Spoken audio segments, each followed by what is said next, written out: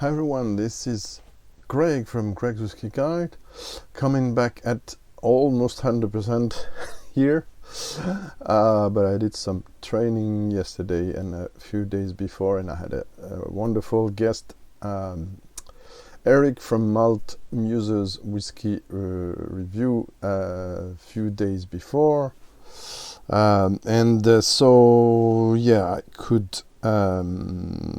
could make sure I in a way was okay. It's not super cool to show on cam, but here we are with Eric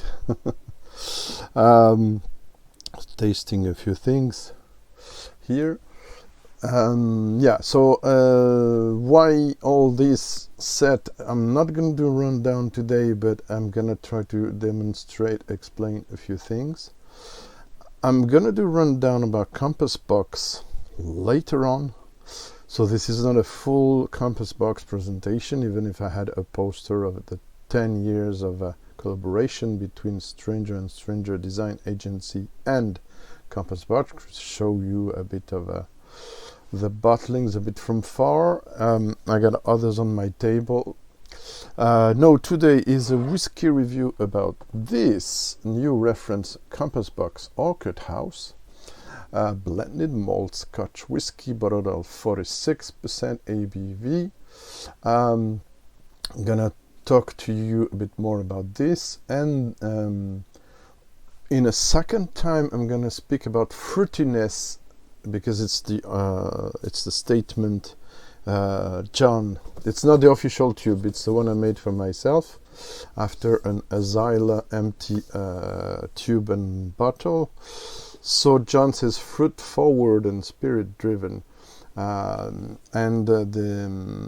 communication highlights the fruitiness in this whiskey, which is true in my opinion, and I'm gonna use that excuse to speak about fruitiness in whiskey, and quickly speak about the process in making whiskey in which this fruitiness appears. And before I explain further that thing, I will also speak about fruitiness in other references in Compass Box whiskey range, core range and limited edition, to give you some levels of comparison, let's say. Okay, so starting with a very quick presentation, because I spoke a lot about this company on my website. I interviewed him, 2 different interviews on my website. I will put the links. There's old interviews. There's also an interview of John in my more recent in my YouTube channel. Also, disclaimer, this is a purchase of mine, but sometimes I get samples from the company. That's right, I'll always disclose it. When I don't like things they produce, I state it. John knows about that. John agrees that there might be some disappointments, but also enthusiasms. It depends. So for me, there's no big deal there. Yes, I'm very honored, having said that, he did a recommendation word about me on my website back in the day, even before it started, probably from 2011. I was invited to do a kind of very short training course and blending some exceptional casks in his lab or art studio, like in Chiswick near London, a beautiful area, in 2007. After I met him in 2006, Whiskey Life Paris. Everything is explained in my reference page, and since then he has become my mentor in blending. So he tried several times what I do and is very encouraging, as others like Don Livermore and Leon Webb. And just a quick shout out and wink and thank you to those great figures of the whiskey industry then I'm gonna speak more about that when I will be doing my video about my own, if I may say, whiskey. Talking about own, without further ado, what is new with this compass box is that it's a company starting in year 2000, and John has a background in wine industry, but also in Diageo marketing, part of Johnny Walker and blend references, but he has been trained to whiskey, and he knows about the wine industry as well, and craft, of course. And since then he has developed his range of small batches craft whiskies. And talking about this, he does his recipes in London, near London, and then he sends the recipe and monitors them in Edinburgh in a warehouse where his team is making the whiskey, or at least blending the whiskey. This is a bit exceptional because it's the first release which is people often not know about this. This independent bottlers, he says whiskey maker, but is in a way an independent bottler. So usually independent bottlers, what do? They can do things differently. They can ask, especially small companies, for instance, they can ask a broker to buy a cask, and they buy the cask from the broker and they select the ones they want. They can also, so the casks are matured and they just finish them or just bottle them. They can also ask distilleries to mature the casks under the specification, their own, and wait for the whiskey to be ready and then blend it, or just get it as single casks, as most of them do. They can also, for the older and the most prestigious, often, not always, but often, companies like Cadenhead, Gordon MacPhail, for instance, or Duncan Taylor, also more recently Signatory Vintage in 2002, they have their own warehouses. So they can buy, like Compass Box sometimes does, they can buy, and here it's entirely matured in Compass Box's warehouses. That's what I wanted to highlight. So he did select the new make, he bought a new make, and the team worked on a recipe, and I think, if I'm not mistaken, this was developed by James Saxon, one of the head blenders, lead whiskey maker. He has obtained the title of lead whiskey maker. So it's just right under John, and if I'm not mistaken, head to head with Jill also. So trying not to digress too much, but there's so many things to say. So this is developed under the idea of highlighting fruitiness. So the nickname that appears in this is the spreadsheet I've partly reproduced. So it says old malt and quite the all-rounder. Orchard House features some of Scotland's fruitiest whiskies, a lively and fragrant sipper with a light oak influence, perfect for the home bar. I won't read you the flavor profile because it's personal, and also I don't want it to influence me, even if I tried it before, and just have a quick look when I did this box. But one thing to say, and even if I haven't tried, I have enough experience of whiskey and of his whiskies to be almost sure it will work on the rocks. So he says, vibrant when neat, syrupy when enjoyed on the rocks, enjoy as a boilermaker alongside a crisp pale ale or a pilsner for a delightful pairing. So, as always, when you go on the website, there's indications because of the regulation, SWA, but also Europe and also France. I'm sorry, John and any other producer or indie bottler cannot disclose when it's blended malt, so whiskey gathering different single malts from different distilleries. I mean, he cannot disclose the age of the ones that are not the younger. So for instance, if you have whiskies from 3 to 21 years old, he can only say it's a 3 years old. So most of the time, and it's a thing many people don't understand about no age statement, there are no age statements that replace age statement because of shortage or because of some kind of they want to sell you for same price or more things that are younger. But this is the negative side.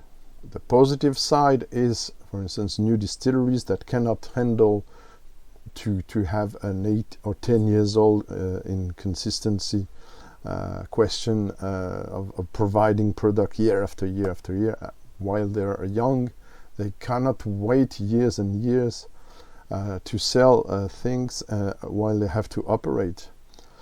So money has to come back at some point. That's why some do gins or vodka or both or something else.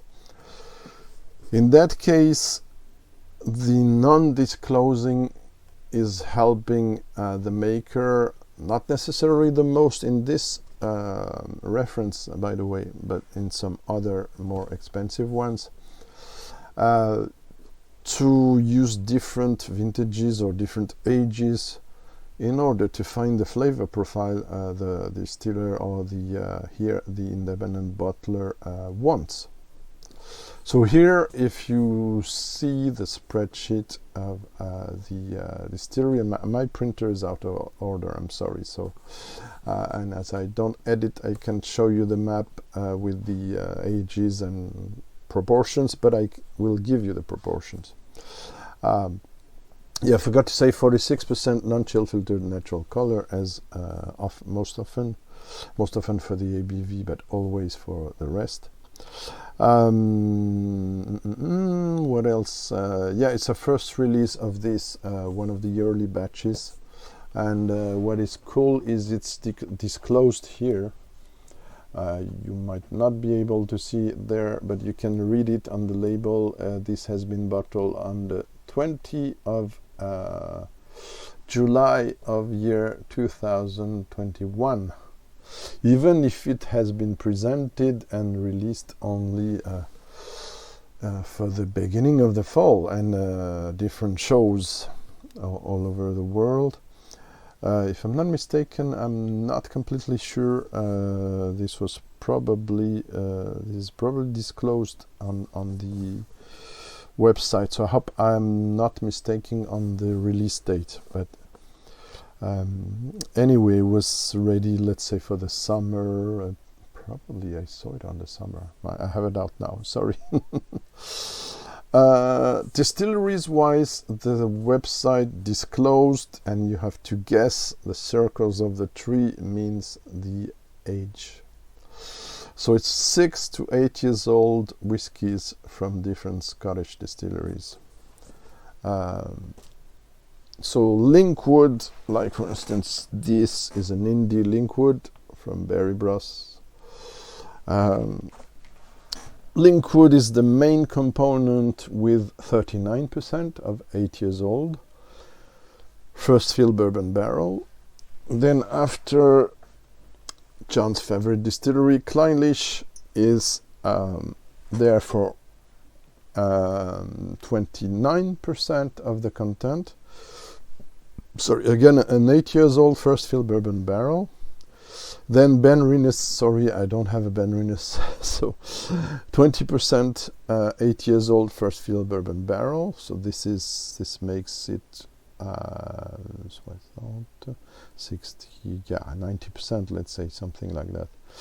Yeah, almost 88%, let's say, or 86. The rest is something coming from the village of Aberlour. So we had Clynelish from the Highlands, Northern Highlands. We had Linkwood from the Speyside, it's up there. And we had Benrinnes, which is below. Almost out of, no, it's not out of Speyside, it's because of the arrow here. It's in the center. And also it says something ambiguous, something from the village of Aberlour. So maybe it's an Aberlour, but it can also be a Benrinnes, and it can also be a Clynelish. But this only for 8% of the total. 6 years old, revatted Oloroso sherry, but seasoned. That means not for a long time, having held sherry. And then, amazingly, there's a wee eyelash component, a Clynelish first fill bourbon barrel made of 8 years old, and last but not least, 2% of a blending of different malts from the Highlands. It's something he likes to have. Probably he has a lot of stock of it, and probably works like a kind of Solera, I don't know, but it's something he can rely on, that we see on many of his last 5 years production. And this one is a 6 years old with a custom French oak heavy toast. Custom means he asked for the cooper to do a specific cask for him using French oak and heavily toasting it. So probably, as for the charring, probably level 4, which is the maximum for the charring. I guess if I can do an equivalent, it's level 4. So that's it for the technical details. Oh yeah, well, I can let it there.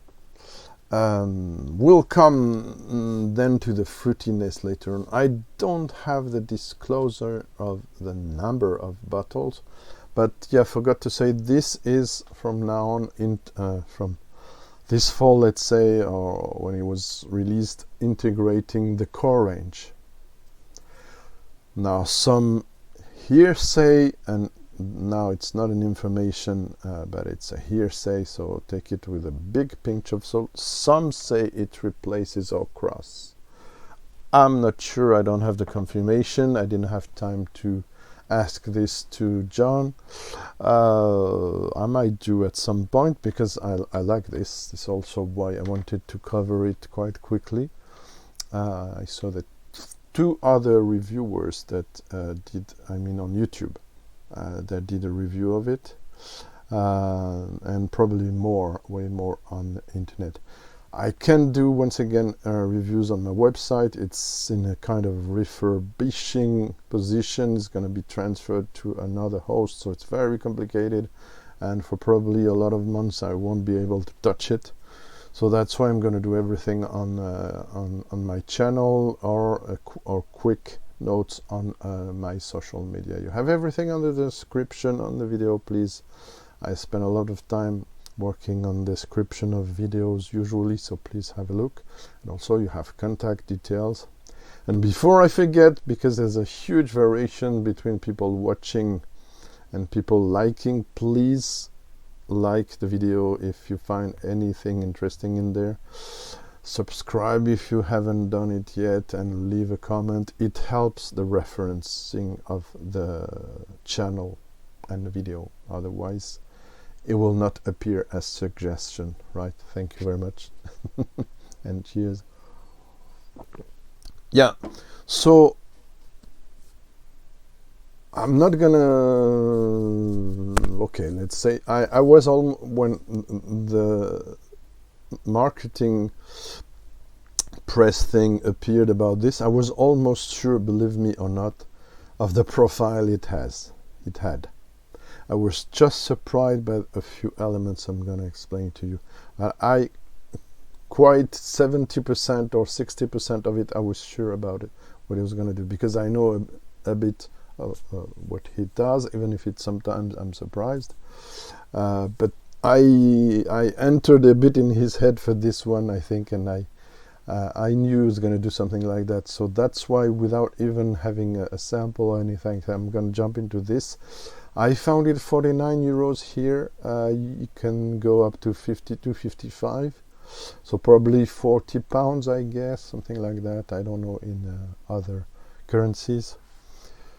About the color, this is something for once, even if here I always have a lighting issue, and I had to cover even some of my windows because there's sun. After a week of tempest and stuff, there's some sun here. Look at this, it's quite clear. So it's an indication that is not relying much on casks, first off, then natural color, and then probably young.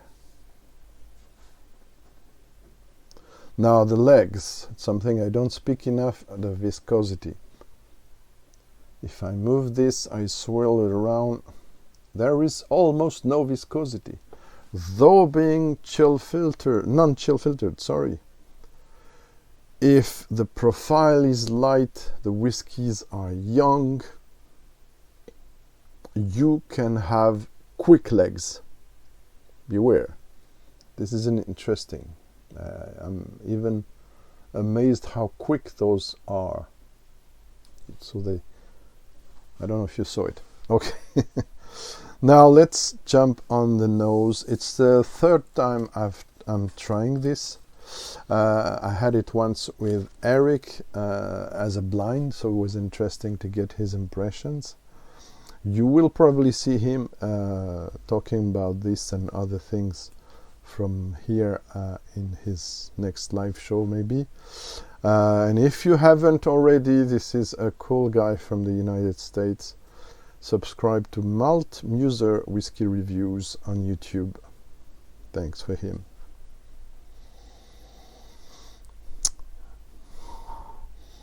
Right off the bat, this is the light fruitiness. There's almost zero oak influence there on the nose. So, and I will speak about that later on, it's a lot of fermentation and distillation, yeast. It's distillate driven.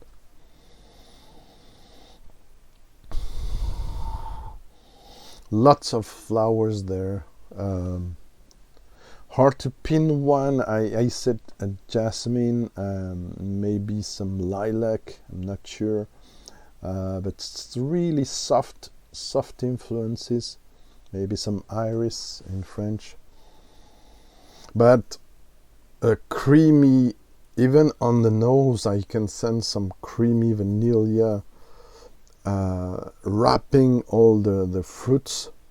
And orchid house, yes, because I get peach, I get citrus fruit of different kinds. The orange is quite prominent with some lemon sherbet, but with not much sugar in it. Get some peach apricot. Some green apple, golden, so yellow apple, but green apple as well.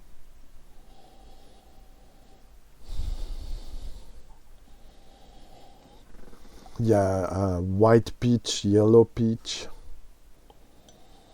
Nothing ripe there. Everything is fresh. Fruit related. So it's a light nose. It's not an aggressive note. It's something on the definitely right from the start on the nose. It's an aperitif whiskey. Definitely, even if you probably can pair it with a lot of things, it's a whiskey. It's a starter. It's a nice starter. It's something to I will speak about it more. Okay, now on the palate, Slangeva, because the content is all Scottish.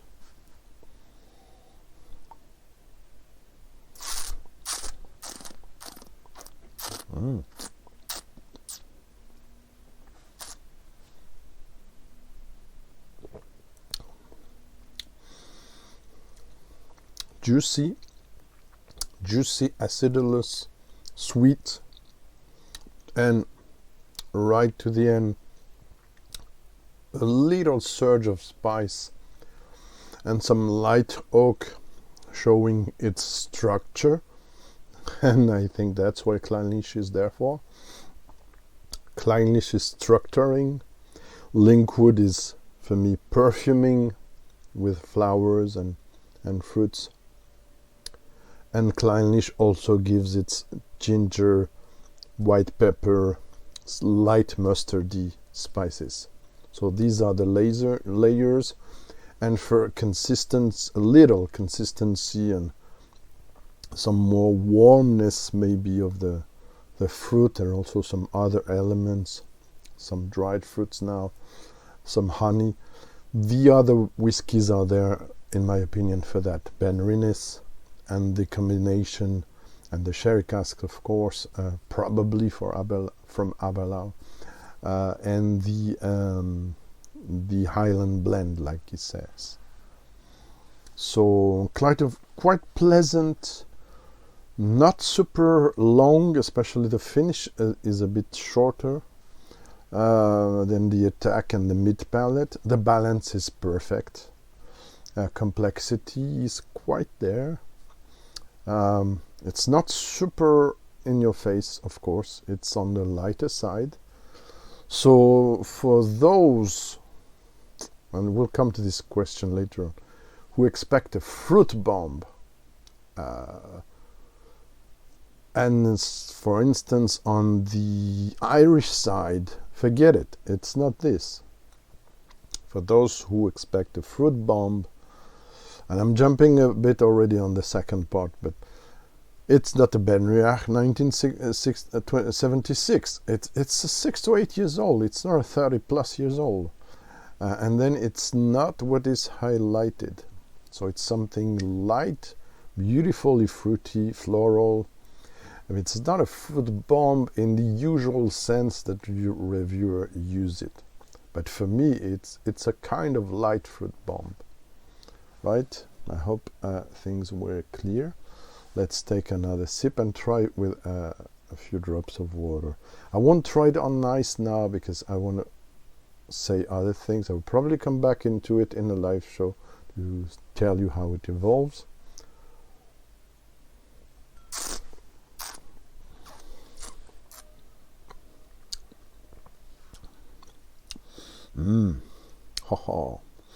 This is young, but this is beautifully made for me.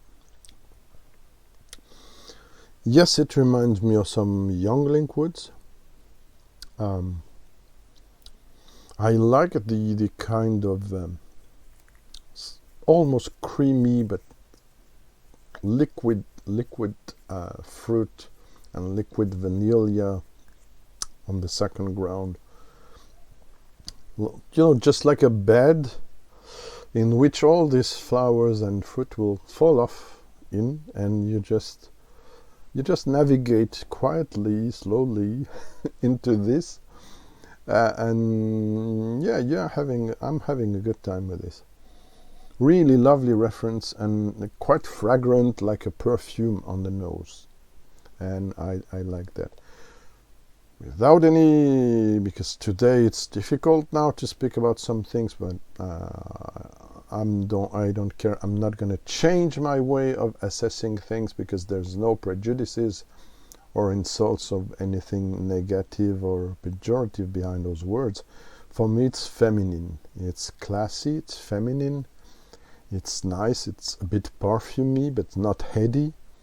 That's what I meant. And if you don't like, I won't say sexy though, but I could. And if you don't like this adjective, you can stop the video. It's not my problem. Sorry about the short rant, but there sometimes it's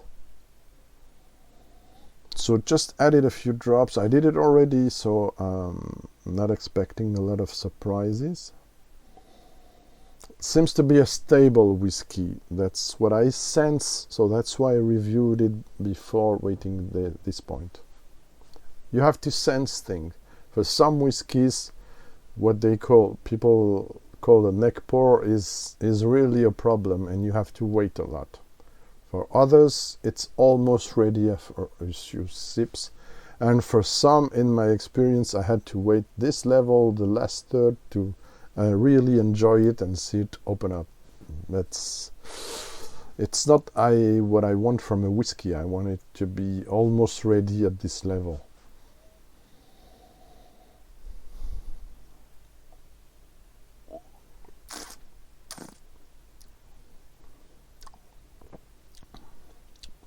Okay, what interesting there, it brings on a bit more flowers, but some herbal notes as well, grassy, a bit spicy, that comes from the Clynelish. Sometimes from the Linkwood as well. On the Benrinnes, I won't bet because I know it less, and I don't have any, never had Benrinnes here in Mortlach. This is a big problem.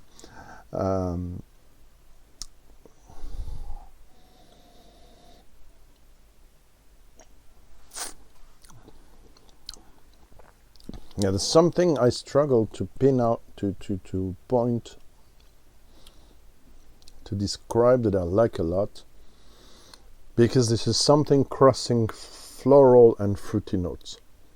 So it's very intricate, and I like it a lot. Score-wise, I score a bit high compared to others. There's always on my website the reference of the scoring. Yeah, gonna add a few more.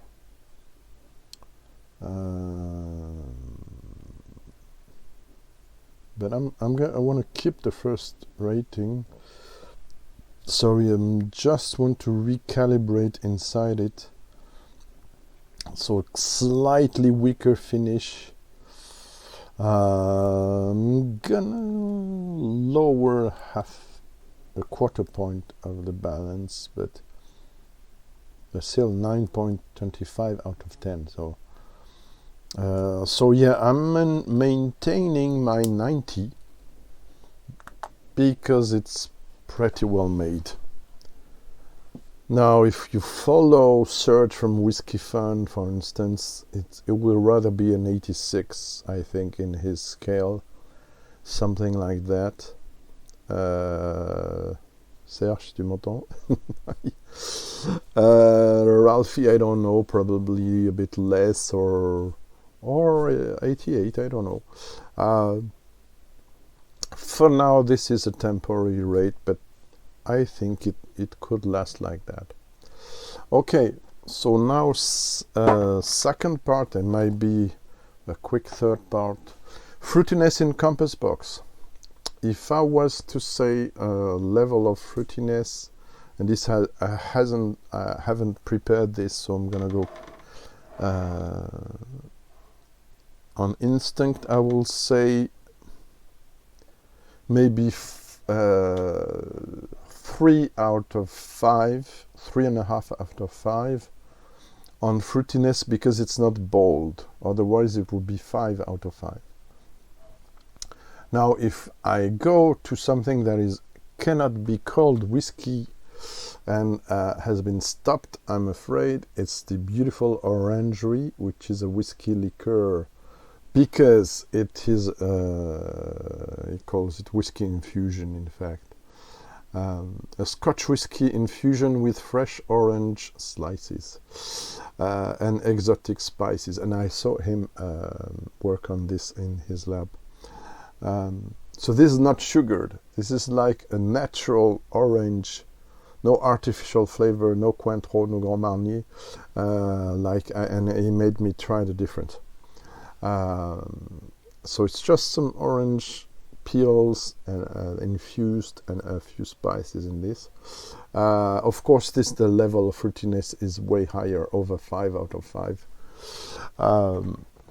Now, if you go to, you might not know this because it was a French exclusive, I'm sorry. If we go to this, it's a special version of Eleuthera. It's very old now. Probably 2005, I think, or something like that. It was 50 years of anniversary of La Maison du Whisky. This is relying a lot on I was going to say Brora. That's, you see, on Clynelish, on the creamy side, lemony side. So it's a 3.5, or it's almost a 4 out of 5. Some light peat in there. Ocras, and it's the old packaging, the second one in history of Compass Box. So this one, I'm sorry, I should have put that before. For this one, it's more relying on oak and different plays with the two types of oak. The heads, there are different French oak from the staves that are American oak. So this will be rather a 2, but still with some nice citrus fruit notes again. So, but it's a beautiful whiskey. On these heavily peated, or mid-peated level, Flaming Heart series, this is the second, I have the fourth. I will say it's 1.5 to 2. Again, citrus fruit ahead, lemon, sherbet, but it's the peat and the structure. Peat's monster, I would say even less, maybe 1.5. But you can feel it.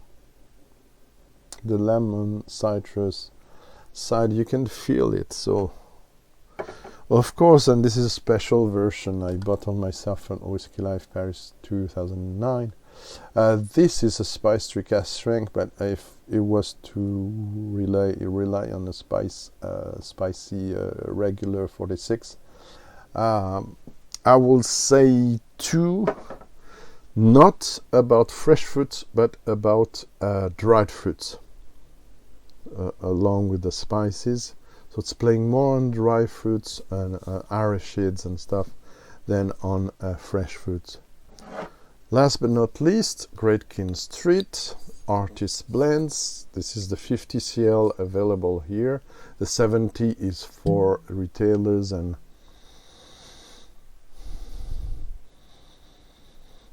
let me pour it a bit after I finish that.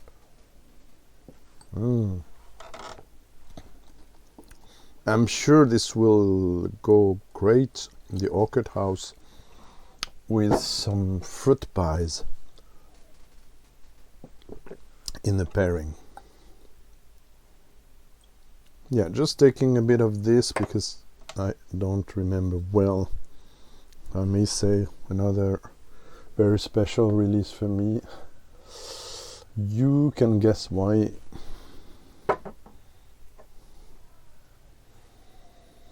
I'm gonna add some water to release more flavors. Not much, because this one is 43%.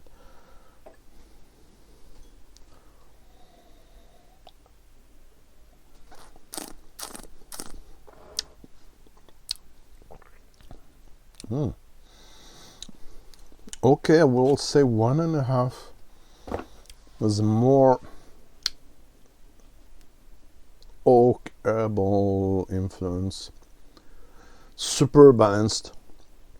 It's not highlighting especially the fruit and the flowers like the orchid house. Now a quick last part, because I see everything's running out, which I call, where does the fruitiness come from in whiskey? Because there's 5 stages mainly. So the malting, the mashing, the fermentation, the distillation, and the aging. Mainly. So malting, germination stopped. Then they grind the cereal, which is the barley here, to stop the not having any husk. And the grind eliminates the husk. Then by adding 3 different temperatures, baths of water into the cereal mix, or I mean the barley here,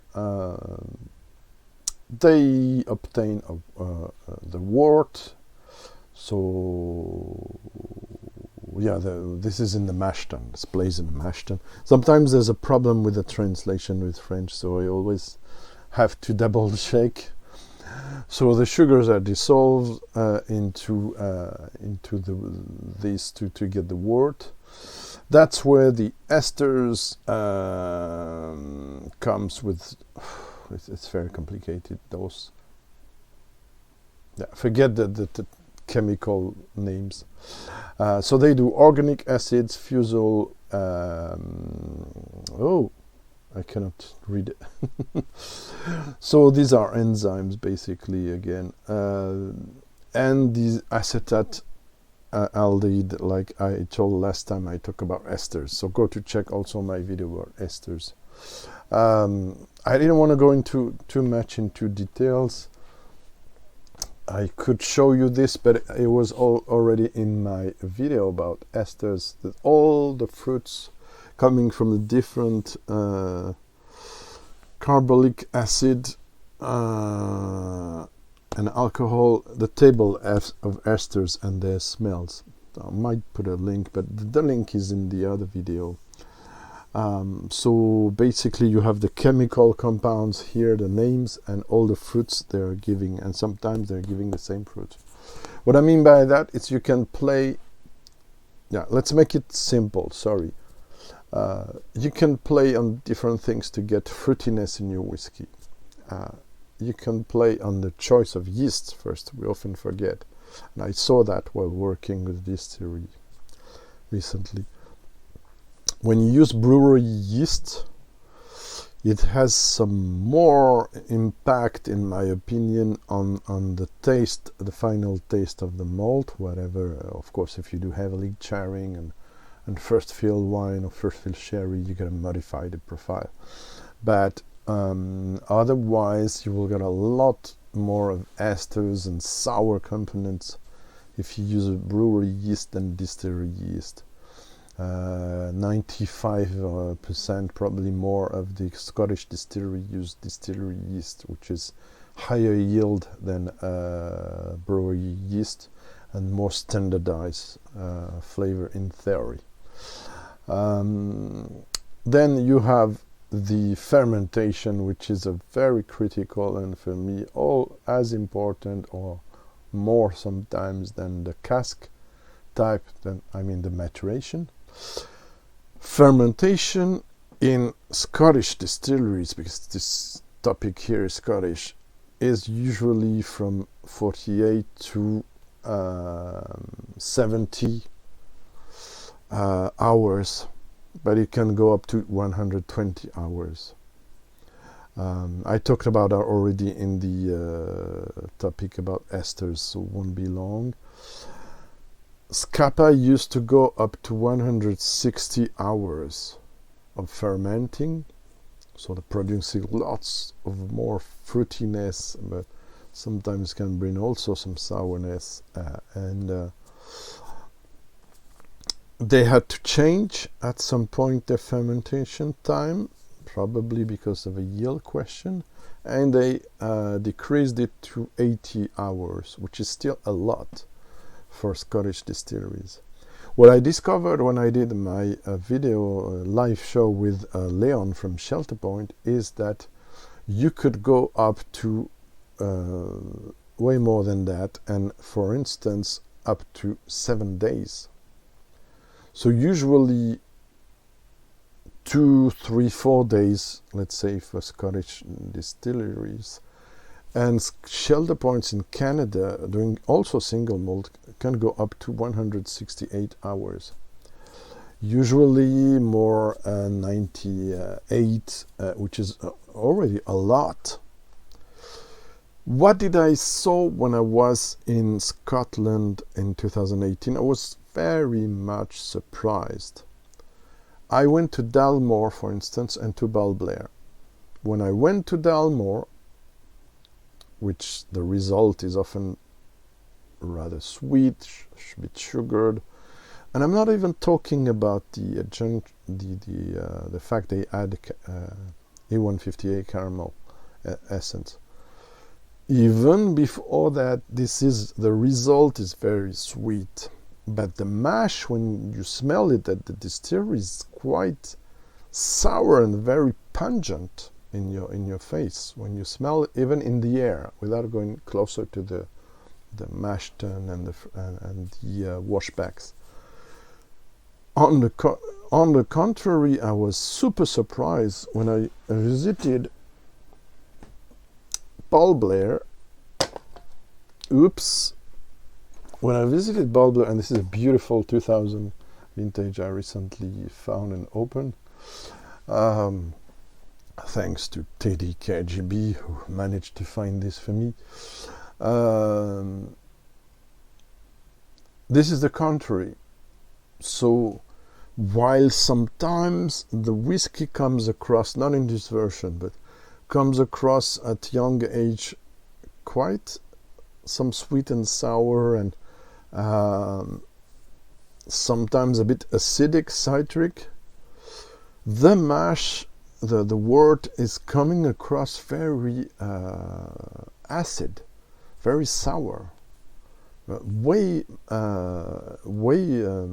no, sorry, it's the contrary. I'm sorry, guys. Dalmore came across very acidic and sour, and this one came across sweeter. That's it. Sorry about my mistake. So yeah, and the fruitiness in Balblair is very high. That was my point. Whether it's from bourbon cask or here more about sherry casks, right? So you have to check not only fermentation, yeast they use, fermentation time, but also, of course, the last point is the casks. You can impart a lot of color, but also a lot of flavor, a fruitiness in your casks. If you use sherry cask, you're gonna have usually, not always, you're gonna have some elements that are not on the fruity side, but rather fresh fruit, but on the dried fruit side, nuttiness, raisins, sultanas, and all that. While on the fresh fruit side, you might have some strawberries and cherries, but apricots, but not necessarily fresh.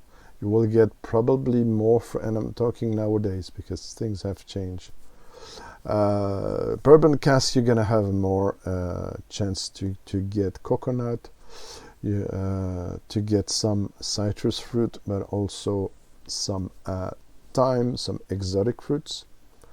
Also in some Islay whiskies, despite there's the smoke, the peat smoke, you can still have some fruitiness in some whiskeys, some Lefroy, some Beaumont, Clynelish, and others. But then if you use sherry cask, of course, you might have more fruitiness. And we're not going to speak much about Ireland because it's another process of making whiskey because of the use of unmalted barley and triple distillation, etc.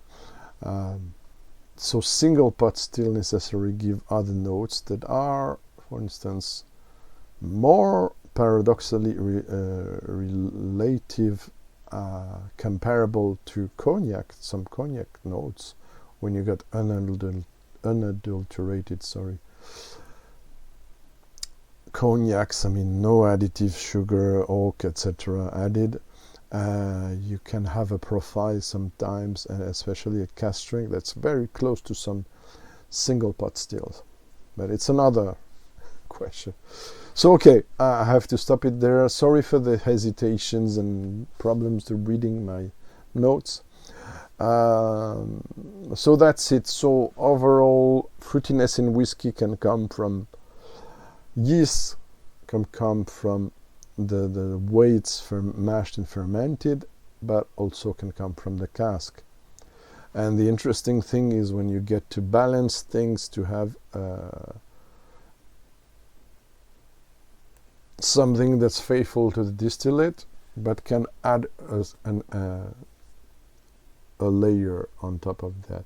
Can come also from a different cask type. I already did a video about finishing and maturation about other casks, so please have a look at it as well, even if it's a bit old. But there you go, you have it, not only a review of Orchid House, but also kind of perspective about fruitiness in compass box and fruitiness in whiskey. I forgot to speak about this. Juveniles is probably, if you know it, the closer to this, in my opinion. Though the whiskies, some of the whiskies are older there, and they're not highlighting as much, but still this is the closest for me to this, even if it's different. Of course, there's also, forgot to mention fruitiness in affinity, because there's Calvados mixed to whiskey, so it makes it more obvious. There's other things there I have to review at some point. So there you have it. I hope it was interesting, not too much chaotic. I had to get back on track on reviews, so it's my first long and in-depth, if I may say, review. And see you soon. Bye.